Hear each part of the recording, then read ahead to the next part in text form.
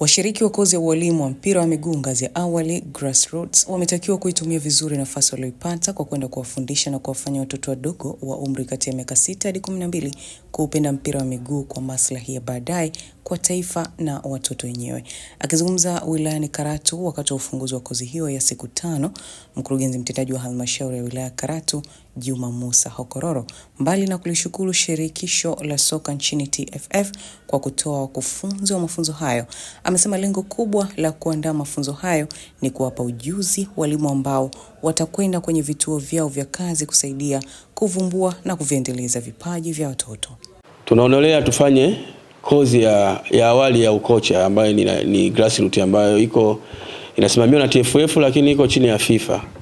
Kwa nini tuliamua kufanya hiyo kozi? Tuliona kwamba ili tuweze kukuza mpira wetu katika wilaya yetu, kwanza tunatakiwa tuanze kuinua watoto wetu ambao tuko nao katika mashule, lakini pia ambao wako mtaani pia.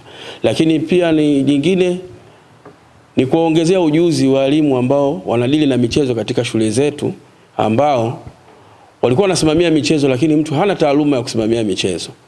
Unakuta anasimamia michezo, alikuwa anaweza tu kucheza, alikuwa anacheza mpira lakini hana cheti cha usimamizi wa michezo.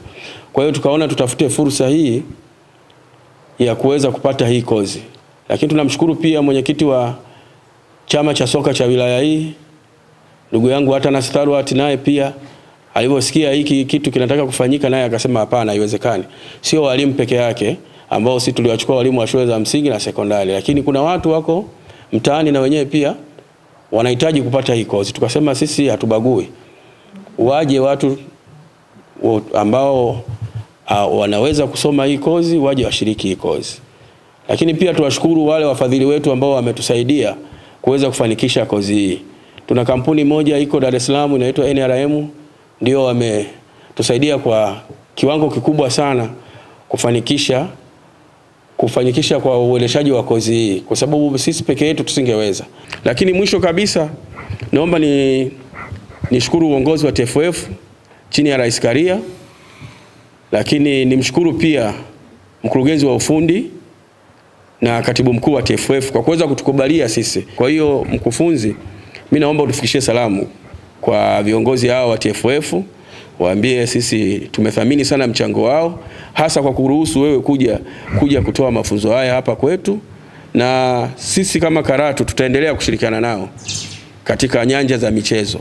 Na wasisite, popote kunapokuwa na chochote kuhusu michezo, sisi tuko tayari kushirikiana nao, na mafunzo yoyote ambayo yanatolewa na TFF kuhusu michezo sisi tuko tayari kushiriki. Lakini pia kozi hii siwe ndio mwisho, tunaomba waturuhusu katika kozi zingine ngazi ambazo zinafuata, kwa sababu tumezungumza na wanafunzi wangu, baada ya hii kozi wanahitaji kufanya kozi ya hatua ya pili inayofuata.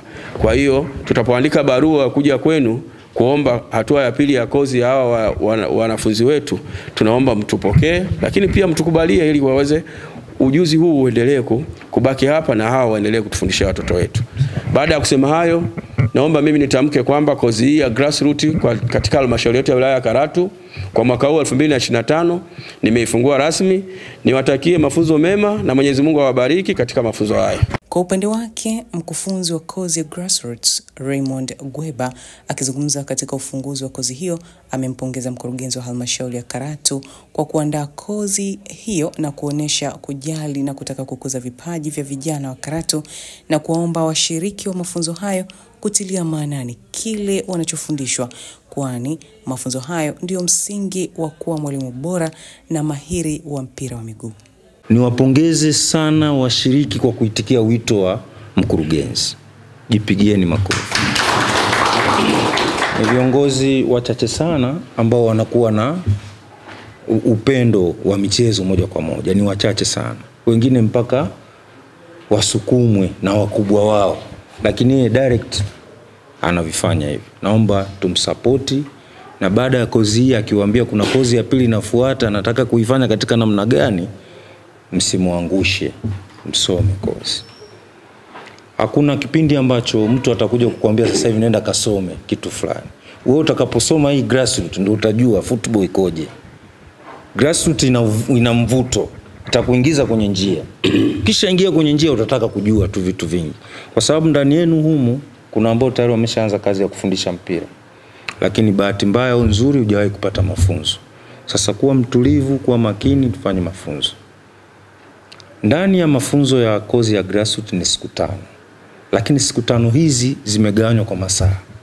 Tutasoma kipindi cha darasani kama hichi, presentations zitakuwepo, tutafanya assignments za groups darasani na mtakuwa mnawasilisha, lakini tutakwenda uwanjani, tutafanya practical.